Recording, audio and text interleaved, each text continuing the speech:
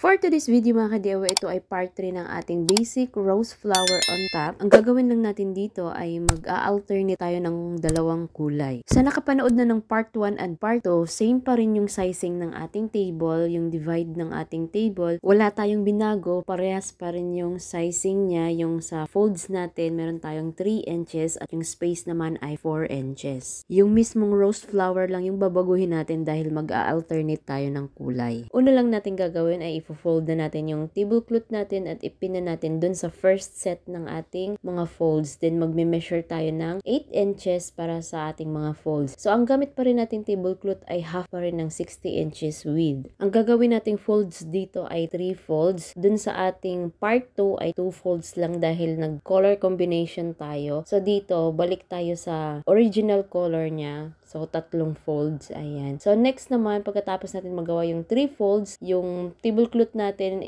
ano lang natin sa taas. Ayan. Iangat lang natin. Then, mag-i-insert na tayo ng second color. Ayan. So, ipipinan natin siya. So, parehas lang yung gamit natin. Half lang ng 60 inches width. Ang nipis. Then, gagawa ulit tayo dito ng triple folds na tig 8 inches pa rin yung folds. Dito naman sa dulo to dulo ng ating mga folds, dapat magkapatong talaga para magkadikit lang yung flower natin kapag binuka. Kapag kasi yung dulo to dulo ay magkadikit, yung layo nila ay may possibility na may space yung ating flower kapag binuka. Dapat magkapatong talaga yung dulo to dulo ng mga folds natin para pag binuka natin yung mga petals niya ay magkadikit pa rin. Walang space. Kaya po, importante po ang tamang sizing ng measurement natin para pantay-pantay lahat yung magiging space at yung magiging rose flower natin. Para maganda rin yung kinalabasan, maganda tignan. Pagkatapos natin magawa yung triple fold sa red, so yung white naman ang iswitch natin. So ipatong lang natin yung kulay red na cloth doon sa taas, then yung white naman ang ilalagay natin sa next marking natin. So siya naman ulit ang gagawin nating pa triple folds. So ayan, so alternation lang yung gagawin natin, switch mo lang yung kulay. Bali sa taas tayo dadaan, hindi sa baba. Kasi kapag sa baba nakikita siya, so dapat sa taas natin idaan yung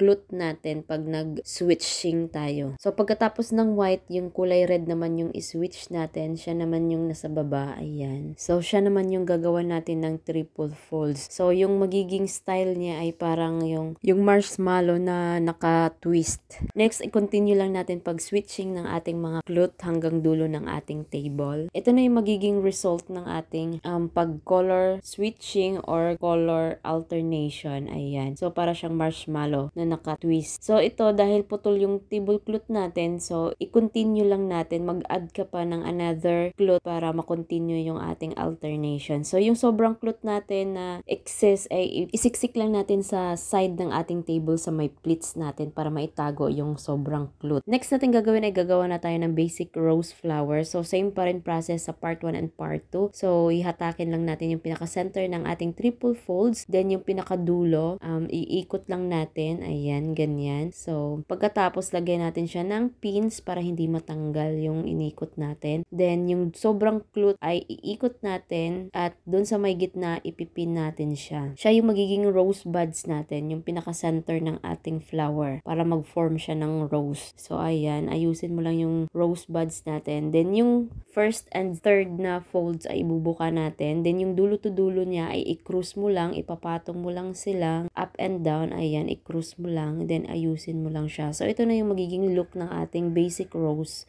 flower. So, same pa rin yung gagawin natin. So, center papuntang left side. So, ito na siya, nagawa na natin. Then, ganun rin dito sa center papuntang right side. Ito na yung magiging final look ng ating basic rose flower on top, alternation color. So, white, red, white, red. So, alternate yung kulay ng ating basic rose on top. Perfect na perfect siya sa kahit anong okasyon, lalo-lalo na ngayong malapit ng Valentine's. Pwedeng-pwede siya sa Valentine's, Mother's Day, wedding, anniversary, engagement, birthday, debut, flower theme or flower motif, christening or baptism. Kahit anong okasyon, pwedeng-pwede mo itong gawin. Kung gusto mo lang ng color combination, palitan nyo lang yung kulay kung ano yung color motif ng inyong inyong okasyon. Sana nagustuhan nyo at may natutunan kayo sa video natin for today. Huwag kalimutan i-like, subscribe at i-hit ang notification bell para lagi kayong updated at pakifollow na rin yung ating Facebook page at pakishare na rin itong ating video para mas marami ang makanood, matuto at magkaroon ng idea sa ating mga tinuturo. Maraming salamat, ingat, and God bless everyone. See you on next upload.